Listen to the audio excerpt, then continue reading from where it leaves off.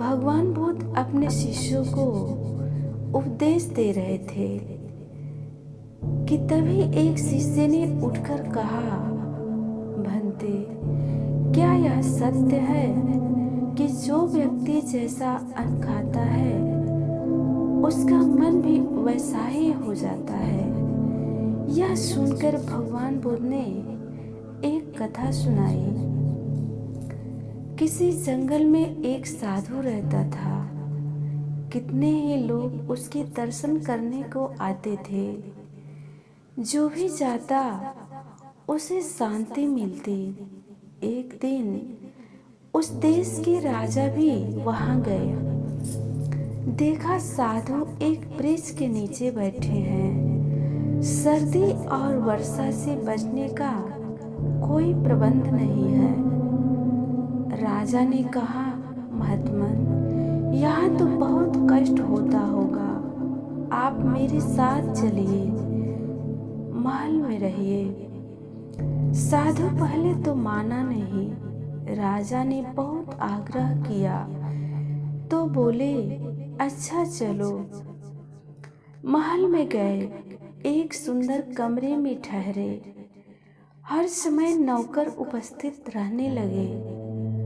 अच्छा भोजन मिलने लगा। 3 मास व्यतीत हो गए। राजा उसकी पूजा करते, रानी उसमें श्रद्धा रखती। एक दिन रानी नहाने के लिए स्नान घर में गई। नहाकर उठी तो वह हीरो का हार पहनना भूल गई, जो उसने उतार कर स्नानगार में रख दिया था। हार वहीं पड़ा रहा। रानी के पश्चात साधु स्नानगार में गया। हार को देखा, उठाकर अपने कोपिन में छुपा लिया। स्नानघर से निकल कर महल से बाहर चले गए। कुछ देर पश्चात रानी को हार का ध्यान आया। दासी से बोली, स्नानघर में हार छोड़ आई हूँ, उसे ले आओ। परंतु वहां तो हार नहीं था। खोज होने लगी। पूछा गया, स्नानघर में रानी के पश्चात कौन गया था? पता लगा कि महात्मा जी गए थे। महात्मा की खोज होने लगी। महात्मा मिले नहीं। राजा को ज्ञात हुआ तो उसने सिपाहियों को आज्ञा दी, उस साधु के पीछे जाओ, उसे पकड़ कर ले आओ। इधर से महात्मा शहर से बाहर निकले, जंगल में चले गए। दिन भर चलते रहे, पांव थक गए, भूख भी सताने लगी तो जंगल का एक फल तोड़कर खा लिया।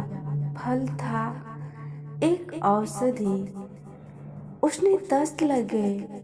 इतने दस्त आए कि महात्मा जी निर्बल हो गए। तभी उन्हें हार का ध्यान आया। उसे देखते ही बोले, मैं इसे क्यों उठा लाया?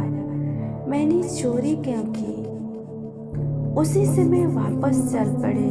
आधी रात के समय राजा के महल पर पहुंचे। आवाज दे, राजा जगे। महात्मा ने उसके पास जाकर कहा, राजन, आपका यह हार है, ले लो। मैं यहाँ से उठाकर ले गया था। मुझसे अपराध हुआ है, मैं क्षमा मांगने आया हूँ। राजा ने आश्चर्य से कहा, वापस ही लाना था तो आप इसे ले क्यों गए थे? साधु ने कहा, राजन, क्रोध न करना।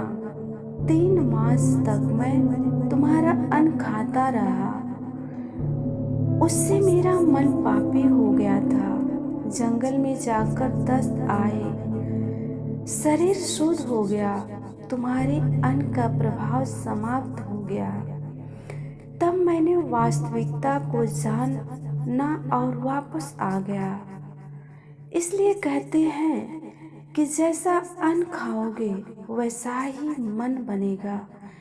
जो व्यक्ति गंदा और खोटा अन्न खाता है तो उसका मन कभी अच्छा होगा ही नहीं। अन्न को जिस भावना से कमाया हो और तैयार किया गया हो उसका प्रभाव मन पर पड़ता है। ये कहानी आपको कैसी लगी? अगर अच्छी लगी हो तो चैनल को सब्सक्राइब कर लीजिएगा ताकि आने वाली कहानी सबसे पहले आपको मिले। धन्यवाद।